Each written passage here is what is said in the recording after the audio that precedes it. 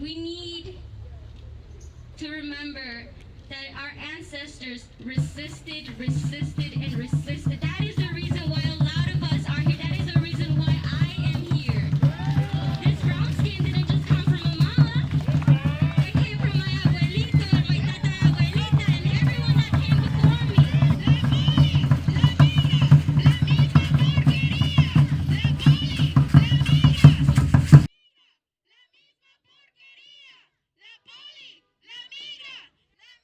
Si es mujer, prepárala para la vida que parece la verdad, para una vida que parece que nunca va a escapar, huyendo y llorando a la puerta que no existe en su mente, pensando que cómo es que mi voz está presente, pero nadie entiende el mensaje de mis letras. Nomás escuchen un grito que no hace sentido. Solamente los que saben amar pueden escuchar su canción, el miel de sus consejos que derrita de su boca. Algunos nomás quieren besarla para probar, pero con sus amores verdaderos, ella regala de su don, con la misma lengua que produce sus dulces palabras.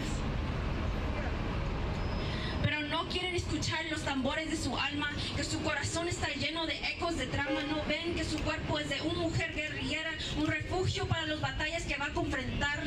Las mujeres siempre se dan cuenta que los hombres invadan lo que no es suyo, colonizando su cuerpo, desnudándola de su humanidad.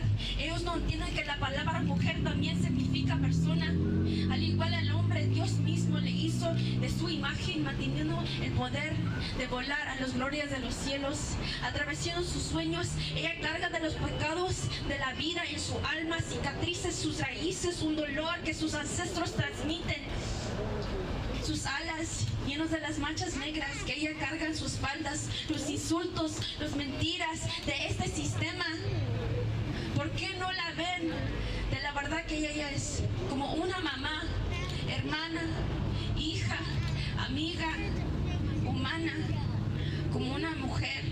They wrote a law saying it's all right to sterilize indigenous women at the Indian Health Service hospitals. It's the truth, y'all. That's the truth, and we gotta share this truth. We're not gonna stop sharing this truth.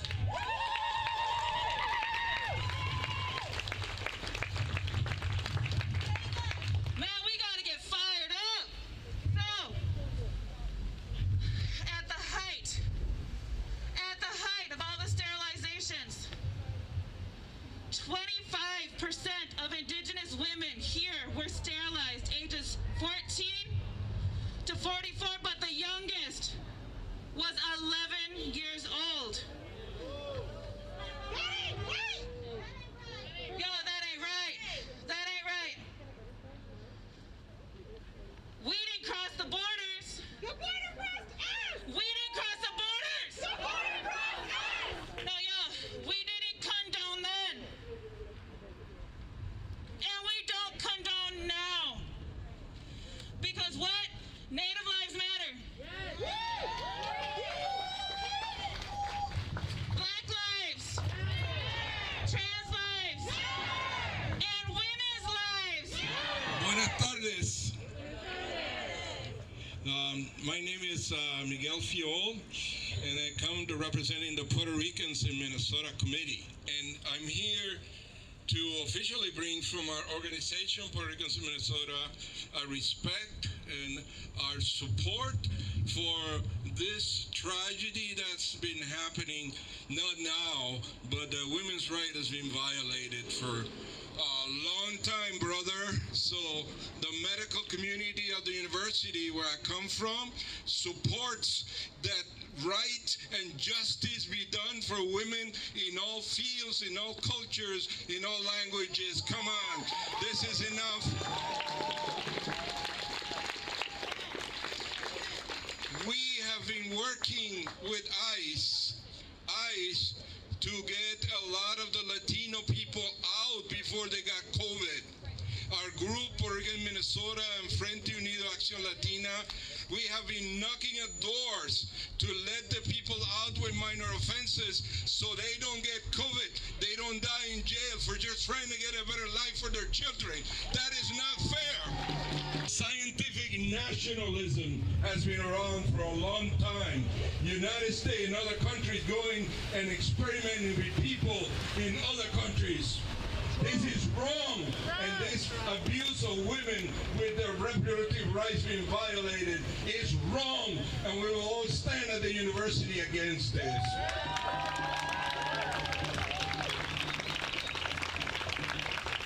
In 1951, another group of American doctors went down there to save us.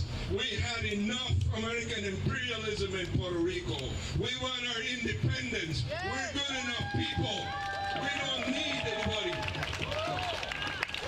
They came down and they organized a study to give birth control people to women. 3 women died without giving consent. The consent was, do you want to not have any more children? Sign up. There was no evidence to them. Informed consent was non-existent. These women signed up by the hundreds. 3 died. 3 women are dead because they were not explained what this research. The drug that was given, anti-contraceptive Innovate, was too strong, and they did not get advice that they were going to suffer this risk of black clots, and 3 women have died. After that, other incidents have happened also. Puerto Rican women are put in experimentation for reproductive rights that they were not instructed about. They say 35% of women in Puerto Rico had their organs removed, more than any other country in the world. We have been victims of this sterilization of procedures for our goodness when we've had no right to say yes or no, because we're a colony of the United States. And we have no right to say no. We have no vote in Congress. We have no right to be ourselves and defend ourselves. So this issue of scientific nationalism is deep and old, and we must stop it. We must stop it now. A man choking a cruel act called his mom to give him life. A little girl across the river in a freedom quest, still clinging to her dad after death. Bulls destroyed by oppression and senseless disregard for life. Called to us now from the unknown to save the fate of mankind. Their cry is now the world's cry, to conquer injustice, give the oppressed a new life. The hug teaches us to be gentle, to cling to our roots, to survive. We did not save the drowning girl, or restore the breath by the knee cut short, but now humanity will not stand still. New energy is inside us all. We weep for old men wanting to breathe. We weep for the little girl clinging to her dad to the end, trusting he would save her life and their quest. Let there be no any more suffocation. There is enough air for all. Let kindness shine the way and be the only sunshine we trust. Thank you very much. Unfortunately, this is something that unites us as people. This is something that we all have in common as BIPOCs, unfortunately. And it's something where we have to stand together in order to bring a change. We have to stand in solidarity with one another. As brown folks, as black folks, as Asian folks, as indigenous people, we all need to stand together. Because at the end of the day, ain't nobody can be fighting for us if we ain't fighting for ourselves. And we have to keep that in mind always. Because the people united will never be defeated. The quote, you all will be familiar with this quote once you hear it. The most disrespected person in America is the black woman. The most unprotected person in America is the black woman. The most neglected person in America is the black woman. And that's what I'm talking about. We are continually ignored. We're continually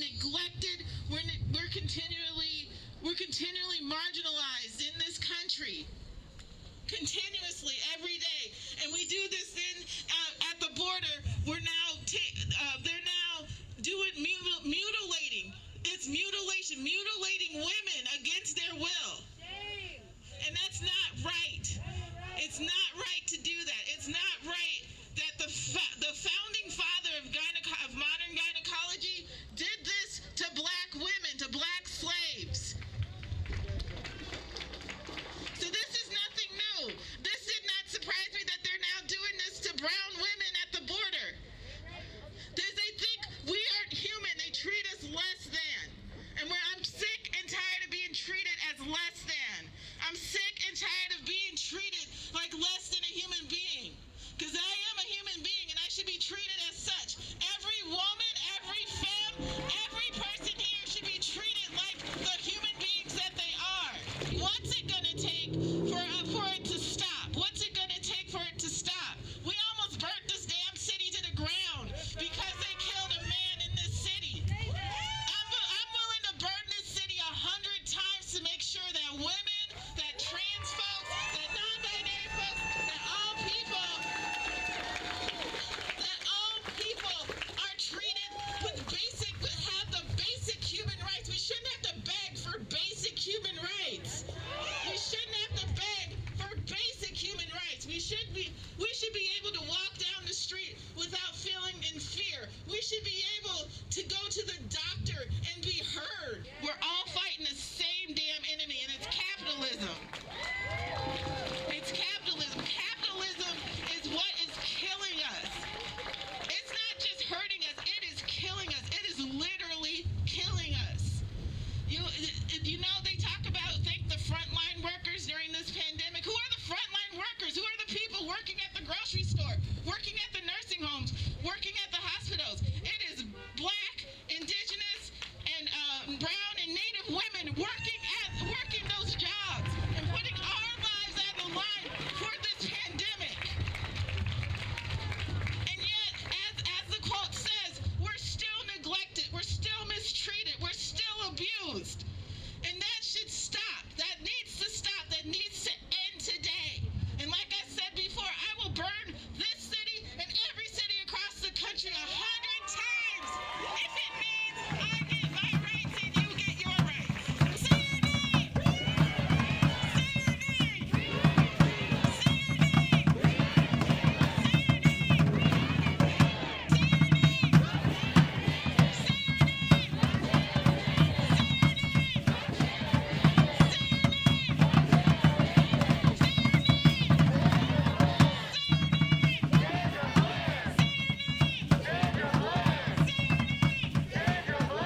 And I think what we need to remind ourselves is how we got here in the first place.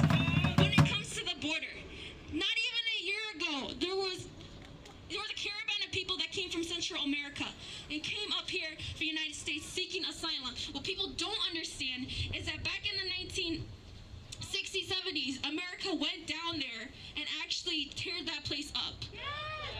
They basically raped and abused the culture of Central America. Hence why they can even apply for asylum. And yet people don't know that. People don't understand that they are seeking justice. They're seeking justice in their lives to thrive as humans. Because what they left in their countries was shit. They left them with nothing. A bunch of capitalistic companies thriving off of their own cultural resources. And they're coming here. Period. Not even just that. That's right. Get your money. Not even just reparations. Just for them to be human and living and thriving as well as they should to survive. And that's something we always got to remember at the end of the day. Is that they might say that we're immigrants and we don't deserve all this and we have to work for it. I say bullshit. I say bullshit. Remember what it is to take action even in your daily lives. Educate yourself, inform yourself. And the damn cousin and the damn brother that you're just like, oh my God, I cannot stand him. This man does not know nothing about nothing, but he thinks he does. Take time. Take a deep breath. And try to have that conversation with him and see where it goes. Because at the end of the day, It's all about bringing this to light, bringing this to an acknowledgement of them at least affirming that it is wrong, of them acknowledging their humanity and how much it's fucking up everybody else's, because they're not acknowledging their own. Period. Because when you're fucked up inside and you don't realize inhumane you act towards other people, when you see other people do it, you're like, oh, that's fine, that's okay. No, it's not. It's not okay. So that's why your voices matter. That's why you have to value your own voice. And at the same time, when you do it, you're valuing others. And you're going to be that more strong with it. And you're going to build other people up. But Rome wasn't built in a day, right? Or whatever that goes, I don't even know. Yeah. Yeah. Because at the end of the day, this is going to take time, it's going to take courage, it's going to take perseverance, it's going to take progress. And fuck, man, people have been in this fight since day one. The most surprising thing to me about this situation is that people are actually talking about it. I'm no longer surprised by the unrelenting cruelty and hatred of the United States. There is a long history of forced sterilizations of women deemed unworthy to reproduce. How could I be surprised? I'm outraged by the fact that the U.S. has been able to torture all of its minority groups while tricking us into hating one another.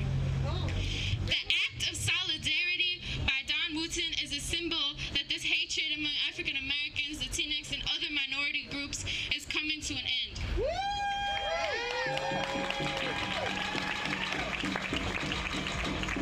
With such a powerful oppressor, we cannot help to unite. We must unite.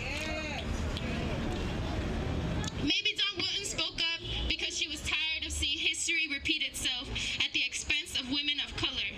Maybe she was thinking of the 60,000 Native American women who were tricked or forced into giving up their power to bear children in the 70s, who were told a hysterectomy would cure their headaches when in reality they had brain tumors, who were threatened with prison if they didn't give up the children they had and consent to hysterectomies, all because the racist welfare reps said their home was too dirty.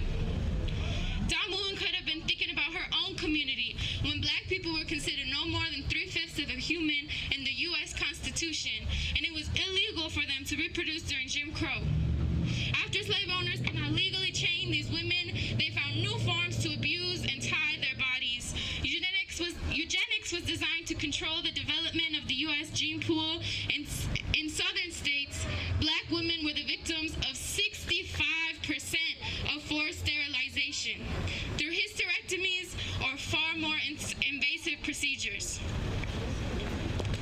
Perhaps Dawn Wooten was thinking about all the Latina women who have been unknowingly sterilized in the U.S. These women who go to the doctor even though they don't speak English to seek help from professionals that are supposed to put health above all else. These women return to the doctor months later with concerns. Only then do they find out that their uterus was removed, that they have signed away their power to produce life without even being able to read the form. Period. Or maybe she just saw women. As a nurse, she saw women fighting to survive, all while trying to keep their children entertained and safe.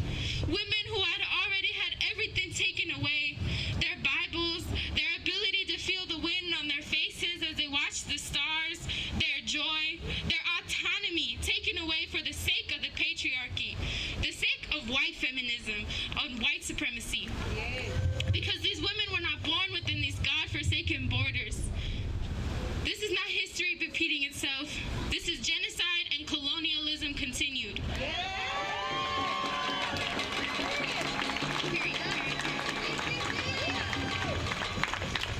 Beginning with invasion, settlement, murder, rape, kidnapping, and continuing its natural course through the construction of borders and cages and forced hysterectomies.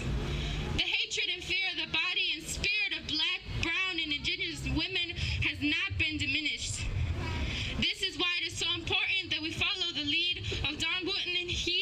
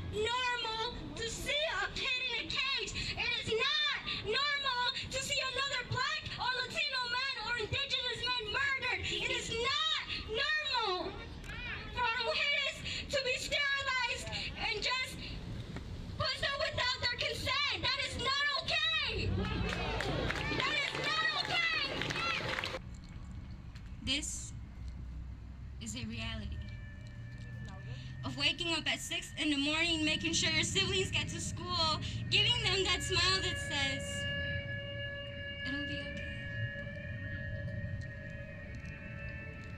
Swallowing the uncertainty that it might just be the last day you see them get ready, rushing to catch that yellow bus, because as soon as you walk through that door, you are vulnerable.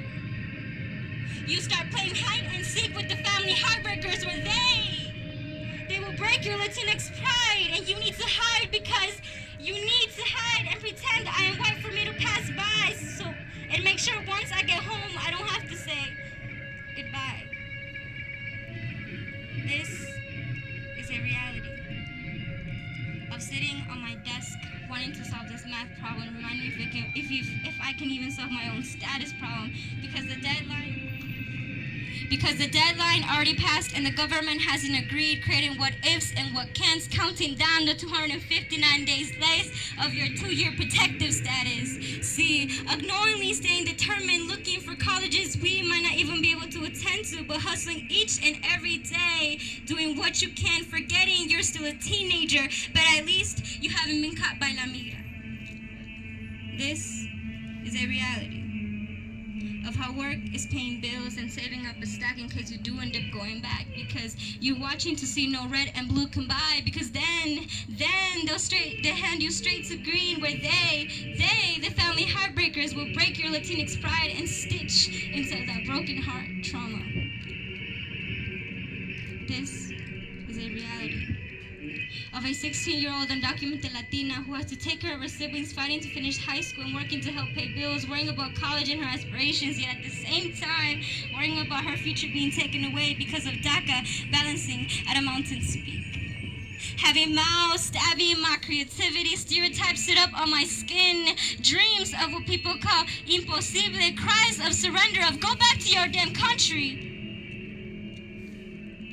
But then I see my madrecita. Échale ganas, mija. I know, Mom. I'm trying my best. I'm not drugs nor some gangs. Esto es realidad. The harsh truth of breaking families apart, fearing that the next day you might not wake up to see your siblings or your mother or your sister or your brother or your cousin or the person sitting right next to you or the person standing in front of you.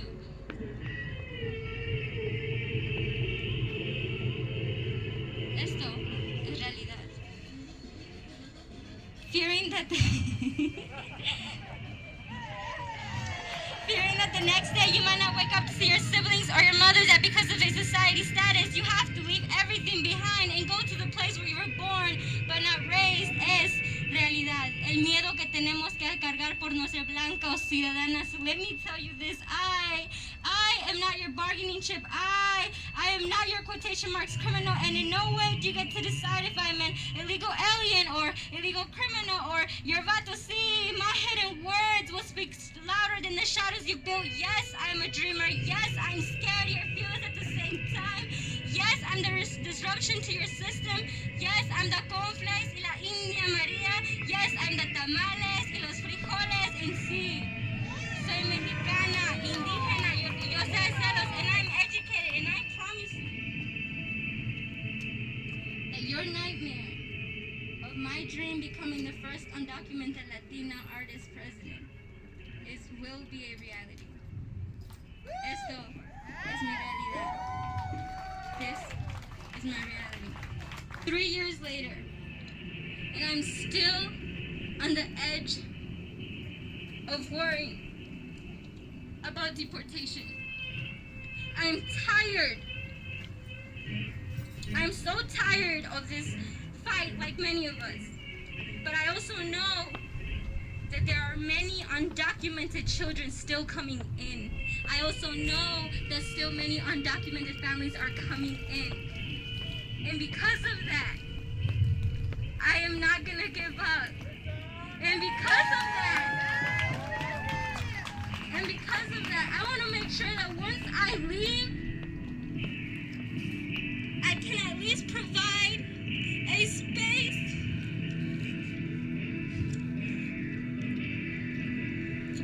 where our undocumented members are no longer undocumented.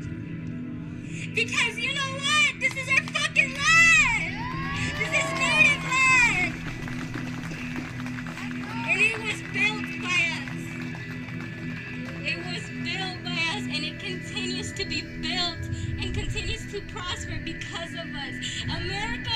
only beautiful.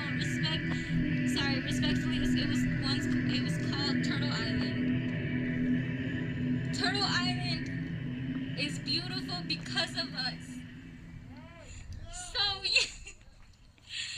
let's keep fighting, okay?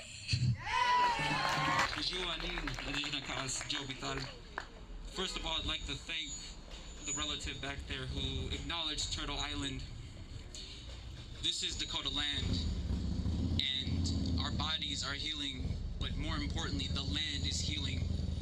But sadly enough, many Dakota people have been exiled from their land, except for particular groups that still remain here. So that when we talk about borders, that's just not an undocumented issue. It is a native problem as well. We have treaties. We are all treaty people. This is not just an agreement between the government and tribal nations, but it's between all of us. We are all treaty people. And tell me why we do a better job at upholding the treaties than our federal government. That is a problem. Right now, this absurd border wall is going through tribal nations. They had no consultation about this absurd, inhumane wall that is going through our sacred lands and ceremonial spots. That is a problem. So when we say to all our BIPOC relatives, we stand with you. We are there with you in all of these fights. Your fights are our fights. All of these are interrelated. And I think the federal government has the audacity to act surprised when we have refugees coming here when in the 1970s we conducted coups all across South and Central America, derailing their governments, and then we want to act shocked when they come here to the land of opportunity? No human being is illegal or undocumented on stolen land. Period.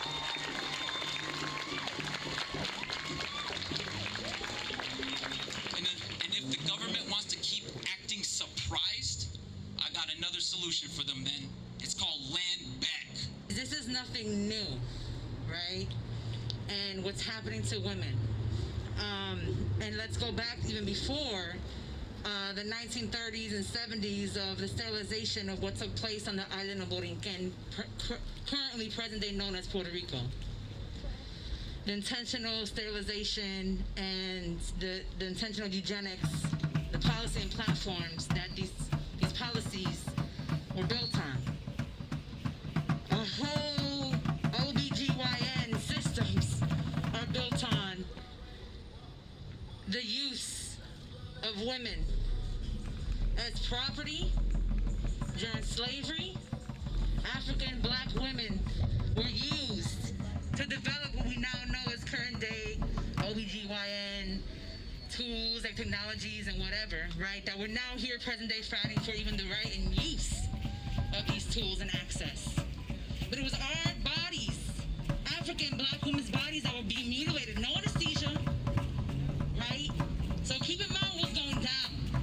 This is nothing new. Nothing new. And it continues to show up in different ways. So what is it how we treat life givers, women, womb holders, our earth, our tierra, right? My Baba, my father, talks about how being indigenous is about being connected to the lands, and that we've been removed from that. How dare anyone assume that we can go ahead and just take a human body for our own gain, and whatever that is, right? And you can go ahead and research what's known as a father genealogy, right? Or gynecology, forgive me, right? And he talks about how in his writings, you know, he uses these bodies were his property, right? Chattel slavery that was happening during that time. He could just do what he wanted, when he wanted, and use these women and children, okay? So that's the land that we stand on. That's the blood, that's the history, that's the present day.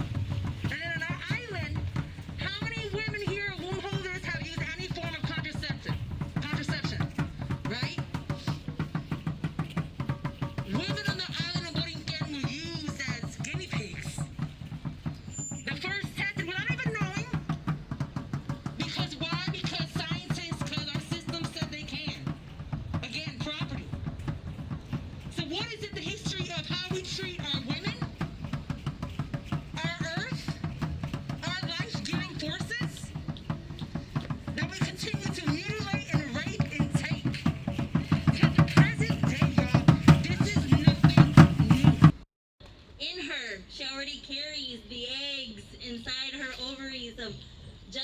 generations of grandmothers and mothers and aunties in her genetic system. And so we're here today fighting. There isn't any one of us here who did not come from the womb of a beautiful, strong woman. We need to honor the womb. For the women out here, you have your womb wisdom. We carry our womb wisdom from our grandmothers. And it doesn't matter what fight that they were in, the trauma that they had, they were resilient and they persevered and they always hoped for a better generation. Sorry, she's like, let me get some of this. And so today we're gonna dance, we're gonna honor our mothers, we're gonna honor our mothers and our grandmothers. We're gonna honor our babies and the next generation of womb holders. Because none of us would be here standing out here today. We can't just come out every time we hear something in the news. We have to put our tobacco, our sacred medicine out. We have to light our sage, our copal, our palo santo. And it's not just prayers. When people are like, oh man, these prayers don't work. They do work, but we have to put it also into action. How are you honoring mothers today? How are you honoring grandmothers today? How are you honoring aunties today? And so that's how we fight. It's not always going to be in the form of marching. It's within ourselves. How are we breaking generational trauma? How are we breaking historical trauma? Honor yourselves. When we honor ourselves, when we heal ourselves, that means we are building a better community and we are building community power. So I just want to say on behalf of Kalpulios and Noshli and dancers from Mexica Yolot and Huitzilin, we are here today to support alongside with each and every one of you. We are sending energy to every single one of those women who have been violated and stolen from. And we have to remember that those are our birthright. It's our birthright to give birth. Whether we choose